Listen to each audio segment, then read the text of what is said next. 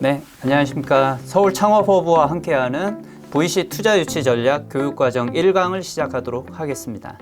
먼저 자료를 좀 보여드리려고 하는데요. 스타트업 투자유치 마스터링 그리고 스타트업 투자 IR 마스터링 이런 자료를 인터넷에서 이미 보셨는지 모르겠습니다.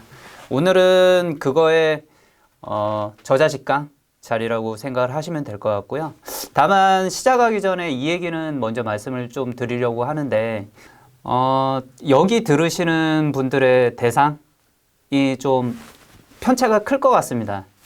그래서 이제 그 포지셔닝을 마치기가 타겟팅하기가 좀 쉽지는 않아서 오늘은 시간도 짧기도 하거니와 좀 중점적인 내용 위주로만 먼저 말씀을 드리고, 여기 적어놓은 것처럼 혹시라도 이 연재 기사나 이런 것들을 못 보셨다면 복습 차원에서 다시 보시면 도움이 많이 되실 거라고 생각이 되기 때문에 이 얘기를 먼저 말씀을 드리고 시작을 하겠습니다.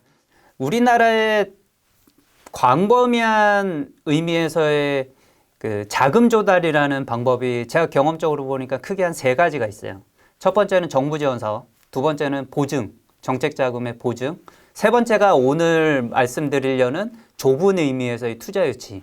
이게 크게 세 가지가 이제 우리나라에서 기업들의 자금 조달 방법으로 중요한 세 가지인데요.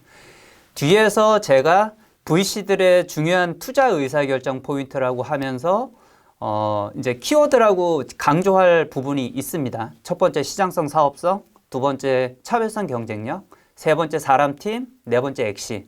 근데 요게 정부 지원 사업에서도 평가하는 기준에 거의 유사해요. 그러니까 여기 오늘 들으시는 분들이 정부 지원 사업을 우선 고려를 하더라도 뒤에서 말씀드릴 내용이 상당히 중요하다.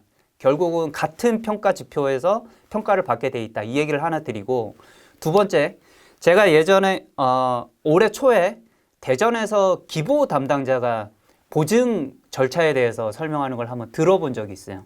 굉장히 대전 연구소 담당자들 모아놓고 굉장히 딥하게 얘기하는 걸 한번 들어봤는데, 보증 평가를 하는 지표가 똑같아요.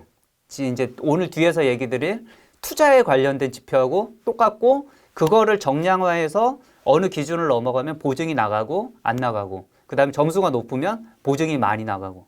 그러니까 제가 드리고 싶은 얘기는 뒤에서 말씀드릴 내용들이 좁은 의미에서의 투자 유치에서 뿐만이 아니라 자금 조달이라는 큰 범위 내에서 정부 지원 사업, 두 번째 보증, 세 번째 말 그대로 정말 투자 유치, 세 가지에 다 걸리는 지표고 다 중요한 내용이 될 거다. 이 얘기를 미리 말씀을 드리고 시작을 하겠습니다.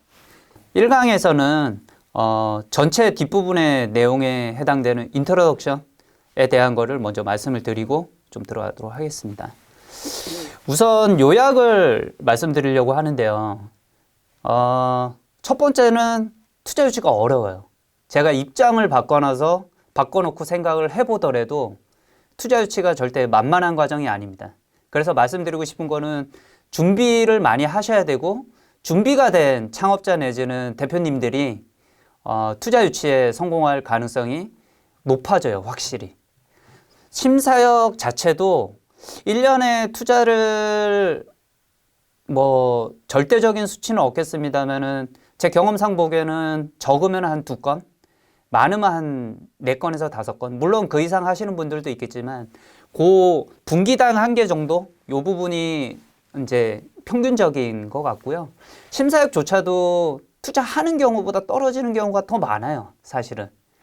그만큼 많이 보지만 어떤 이유로 떨어지는 경우가 많다는 얘기고, 입장 바꿔서 생각하면은 대표님들 입장에서 이제 향후의 프로세스를 뒷장에서 말씀을 드리겠습니다만 떨어지는 경우가 많다는 얘기거든요. 그래서 준비를 좀 많이 하셔야 된다. 요거는 미리 말씀을 드리고, VC나 엑셀러레이터나 누군가를 하여튼 만나보신 분들이라면 제 얘기가 그냥 아주 체감이 될 거예요. 그 어렵다는 얘기가.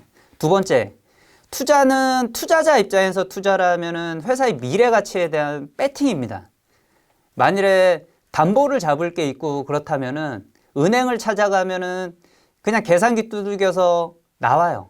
담보 대출을 할 수 있는 금액이. 그리고 은행마다 그렇게 편차가 크지가 않고 정답이 있다고 얘기를 할 수 있을 정도라고 할 수 있겠죠. 담보대출은. 근데 이제 투자라는 건 그렇지 않거든요. 같은 내용을 얘기하더라도 어떤 사람 같으면은 이거 뭐 되겠어? 이렇게 평가를 하는 반면에 똑같은 얘기를 하더라도 누군가는 이렇게 좋은 회사를 왜 투자를 안 해? 이렇게 바라볼 수 있는 게 투자 쪽이에요. 편차가 굉장히 큰 거죠. 어떤 사람마다 받아들이는 정도가 다르다는 건데 대표님들 입장에서 중요한 거는 여기 적어놨습니다만은 설득을 하는 게 중요한 거예요. 그래서 대표님들이 본인 회사에 대해서 미래 가치가 큰 회사다라는 거를 설득을 하시는 게 중요하고 그걸 우기지 말고 정에 호소하지 말고 논리적으로. 그래서 상당히 많은 사람들이 우리 회사가 미래 가치가 높다는 거를 보편적으로 받아들일 만큼 대표님들이 그거를 강조할 수 있는, 주장할 수 있는 게 핵심일 겁니다. 그러면은 투자자 입장에서는 그 내용을 공감을 하면 그 다음에 이제 계약서 내용이 되든지 아니면 기업 가치에 대한 협상 이런 걸 최종적으로 협상을 거쳐서 3단계 과정을 통과하면 이제 투자 유치가 되는 거라고 봐야 되고요. 세 번째는 대표님들 입장에서도 1번에도 얘기를 했고 2번에도 말씀을 드렸습니다만 투자자의 일하는 방식에 대해서 좀 이해를 할 필요가 있어요. 그래야지 나한테 조금이라도 더 해줄 수 있을 만한 사람을 판단해내서 선택과 집중을 하실 수가 있고요.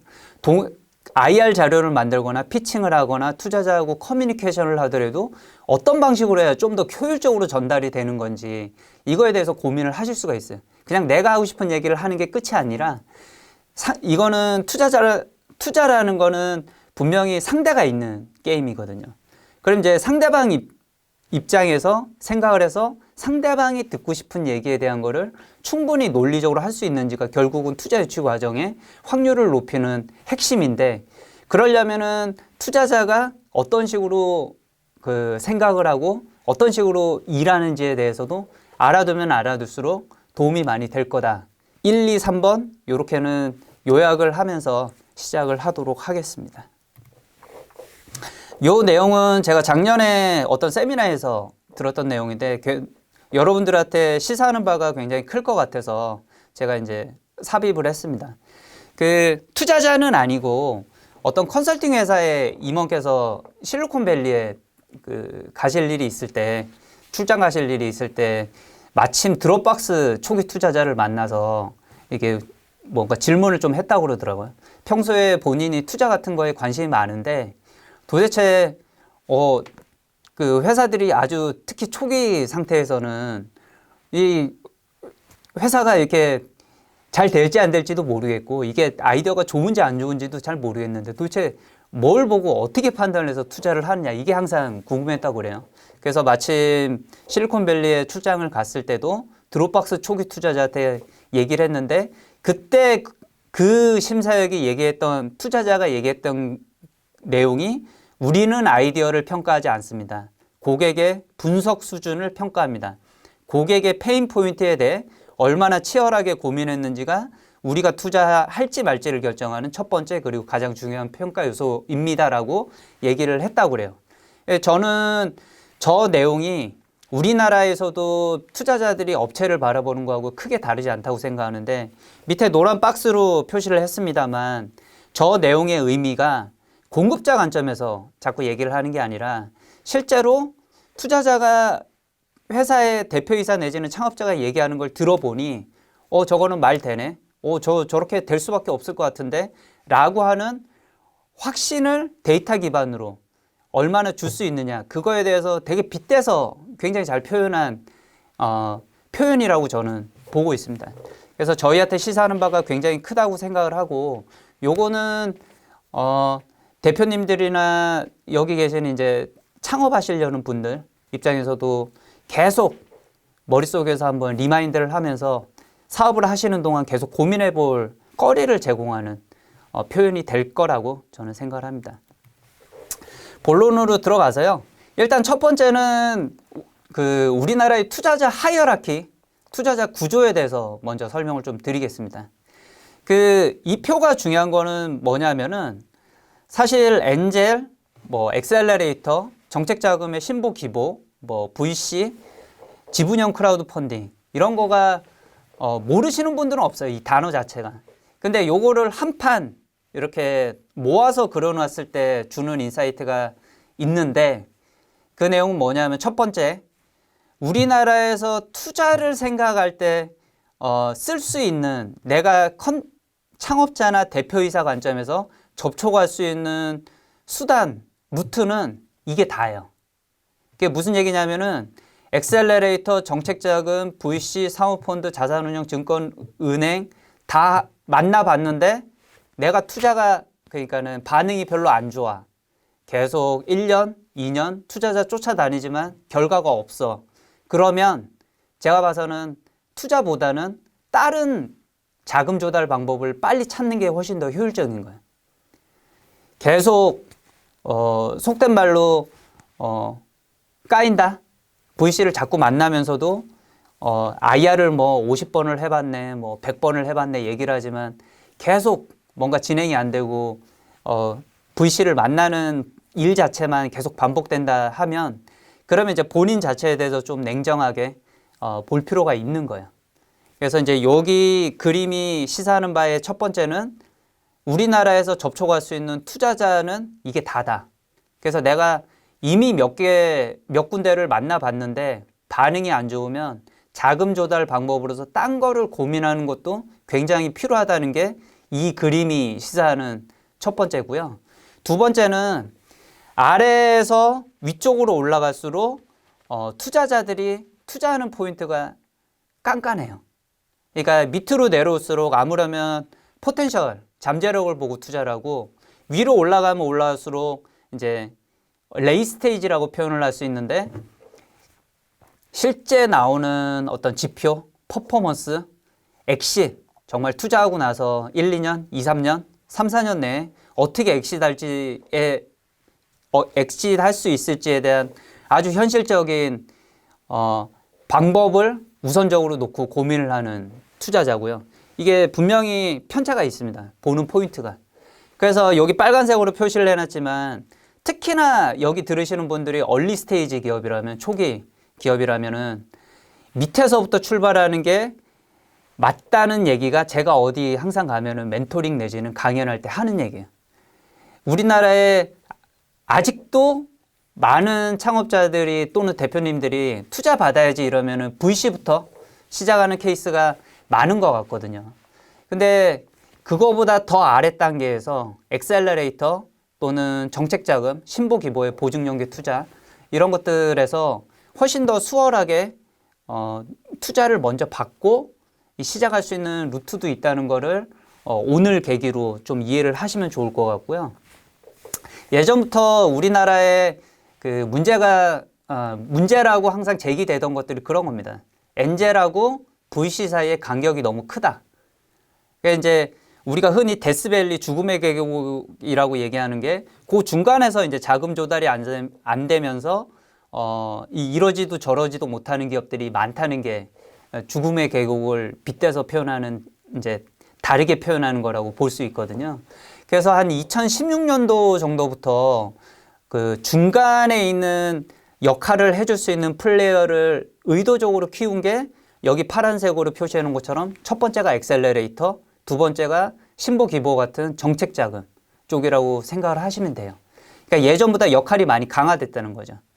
그러니까 여기 일단 그 얘기 먼저 드리면은 이 그림에서 신보기보라고 표시된 거는 보증을 표현한 건 아니고요. 보증연계 투자라는 프로그램이 있습니다. 신보기보에도. 그래서 투자 그 자체를 표현을 한 거라고 이제 미리 말씀을 드리고요. 그 다음 장 보면은 엑셀러레이터가 그 2016년도부터는 이제 출자 사업을 통해서 크게 펀드를 갖고 있는 이제 엑셀러레이터들이 계속 나오고 있어요.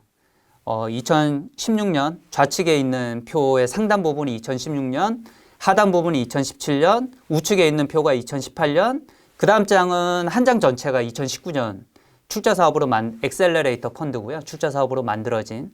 그 다음 장은 2020년 올해 봄에 만들어진 이제 엑셀러레이터 펀드 전체를 보여주는 겁니다. 만일 하반기에 있다면 더 많아지겠죠.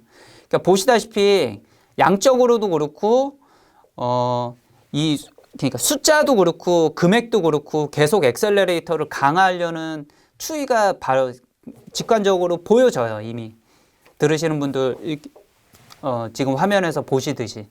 그러니까 엑셀러레이터가 역할이 작지 않고 계속 커지고 있고, 이거는 향후로도 커지면 커졌지 줄지는 않을 것 같은 게 하나 있고요. 두 번째는 뒤에서 리스트를 보시면 이 많은 펀드를 가진 엑셀러레이터 중에 꽤 많은 데가 100%는 아니지만 팁스 운용사하고 같이 걸리는 데들이 있어요. 구글링해서 보시면. 그래서 이제 엑셀러레이터들이 그런 데들은 어떻게 움직이냐면은, 엑셀러레이터가 우리나라 법에 정의되어 있기로는 3년 언더기업에 3억 원까지, 최대 3억 원까지 투자할 수 있는 게 엑셀러레이터입니다, 우리나라에. 근데 엑셀러레이터들이 찾아다니면서 어떤 기업이 괜찮은 것 같아. 그러면은 펀드에서 최대 3억 원까지 투자하면서 대표님, 저희가 팁스하고 연동을 해서 최대한 10억 원 정도까지 조달할 수 있는 방법을 대표님한테 제시를 할 수 있을 것 같습니다. 이러면서 이렇게 뭐 투자하고 팁스를 연동을 해서 같이 이제 활동을 하는 걸로 알고 있거든요. 그 얘기는 이 강연을 들으시는 대표님들 입장에서도 엑셀러레이터만으로도 한 번에 한 10억 정도를 조달할 수 있는 방법이 있다는 거예요. 이게 초기 기업일수록 10억이라는 게 절대 작은 돈이 아니거든요. 그러니까는 VC에서 10억을 받기 위해서는 상대적으로 엑셀러레이터보다 경험적으로 보면 훨씬 깐깐할 가능성이 되게 높은데, 좀 더 수월하게 얘기를 하면서도 원하시는 금액을 받을 수 있는 방법이 분명히 있다. 이 얘기를 하나 드리고, 또 하나 신보기보 보증연계 투자 같은 경우에도 제가 봐서는 되게 좋은 프로그램이에요. 제가 2018년도에 연재 기사를 쓰면서 찾아봤을 때는 둘이 합쳐서 한 1,500억 정도가 투자되는 계획이 있었어요. 그 당시가 이제 2017년, 2018년 정도였기 때문에 벌써 한 2년 지나서 최근의 통계는 다시 한번 봐야 되겠습니다만, 그때 기준으로는 한 연 1,500억 정도까지 키우는 게 목표였었거든요. 그러니까 VC보다 훨씬 수월하게 얘기를 할 수 있으면서도 절대 작은 금액이 아닌 요 중간 레이어가 있는 거죠. 그래서 대표님들 같은 경우에도 밑에서부터 올라오는 전략에 대해서 진지하게 고민을 하실 필요가 있고, 그 중에서 엑셀러레이터, 특히 그게 이제 팁스 운용사까지 걸려있는 엑셀러레이터라면은 훨씬 더 좋은 조건으로 자금 조달을 받을 수 있는 수단이 있으니 관심을 충분히 가질만 하죠. 그 다음에 두 번째, 신보기보의 보증연계 투자. 이런 프로그램들은 적극적으로 알아보시는 게 좋고요. 저도 항상 멘토링하거나 어디 강연 가면은 우선적으로 추천하는 방법이 그 두 가지이긴 합니다. 근데 그럼에도 불구하고 여기 이제 점선으로 표시를 해놓은 게 있지만, 업력이 길어지고 또 큰 돈이 필요하기 시작하면 VC 업계로 나올 수밖에 없어요. 언젠가는 자금 조달을 하기 위해서. 근데 다시 말씀드리지만 밑에서부터 시작을 하면 포텐셜을 보고 투자하는 기관들을 만나서 조금 더 수월하게 자금 조달을 하고 그 돈으로 큰 걸 갖고 VC를 만나서 얘기를 하면 훨씬 VC 눈에 들기도 좋고, 회사 입장에서도 기업 가치를 더 높여서 받을 가능성도 있고, 이게 절대 나쁘지 않은 투자 유치 전략으로서 좋은 루트라고 지금 이제 말씀을 드리는 겁니다. 그럼 이제 2강부터는 VC 및 방금 전에 말씀드린 엑셀러레이터 펀드가 만들어지는 구조부터 조금 더 구체적으로 들어가서 말씀을 드리면서 1강은 여기서 마무리하도록 하겠습니다. 감사합니다.